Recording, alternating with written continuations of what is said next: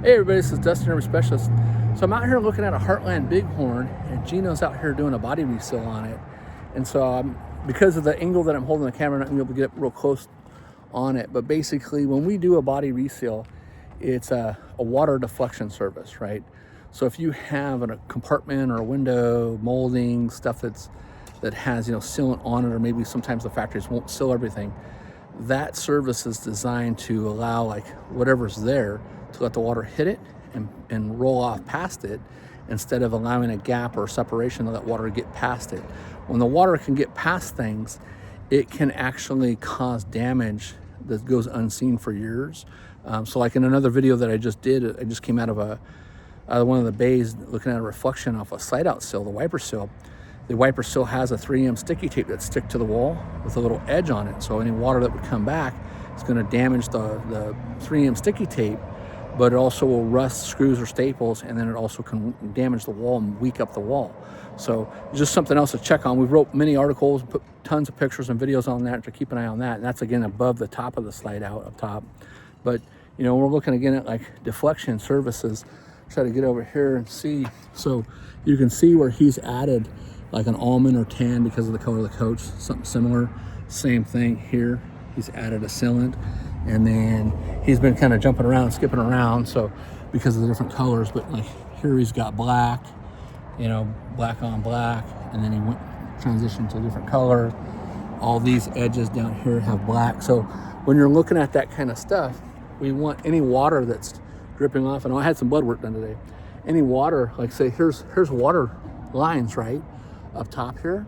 So those water lines, as it's running down and it's running, if that's separated, we don't want water getting past this. So when people see this big old space here, right, they'll see that big old space. It's a little bit bigger than my thumb. They think that all that area is protecting it from the coach. It's not. So when you take that compartment loose, there's maybe like 1/4 of an inch or 3/16, something really tiny, 3/8 of an inch, 3/16, something really tiny that frame is securing itself to.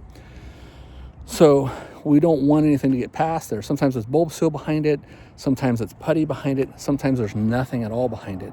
So again, make sure that you're using some type of RV sealant, right? I say the word loosely silicone because it is advertised on all the products that it is a silicone.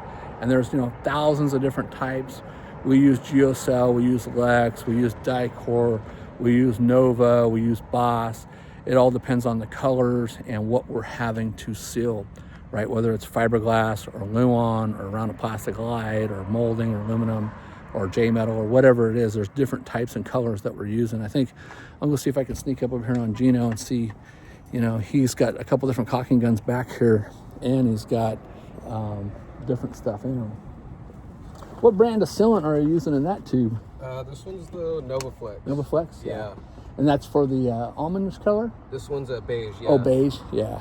So I'm doing a video, and I was letting them know about different colors that we use and whatnot.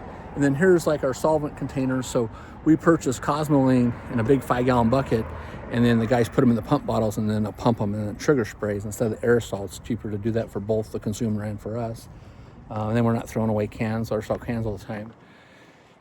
Or putting aerosol in the air, whatever. So anyway, stay tuned for more. Again, look at all the morning condensation that's on here, the water, right? That's what I'm talking about dripping. It's 9, almost 10 o'clock in the morning. There's not too much water still left on the ground, but every morning all these units sweat and drip off condensation, regardless if it's raining or not, just normal temperature, just like you have on your car when you wake up and you go out and your car's all iced up. These units get that way too. So, so it doesn't necessarily have to be water damage from you washing it or the rain. It could just be normal condensation getting in there too. So make sure that, if you have a Bighorn or if you have anything else that's out here on this lot, because there's all different kinds of units, they all are going to leak. And I don't care that they tell you that it's, this brand or that brand of material and blah, blah, blah, blah, blah.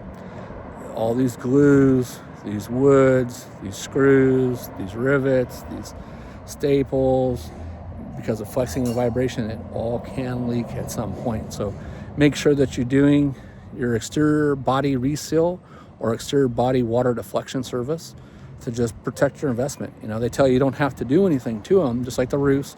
Just like me, I don't have to put any suntan lotion on. I don't have to put any conditioner on or any of that.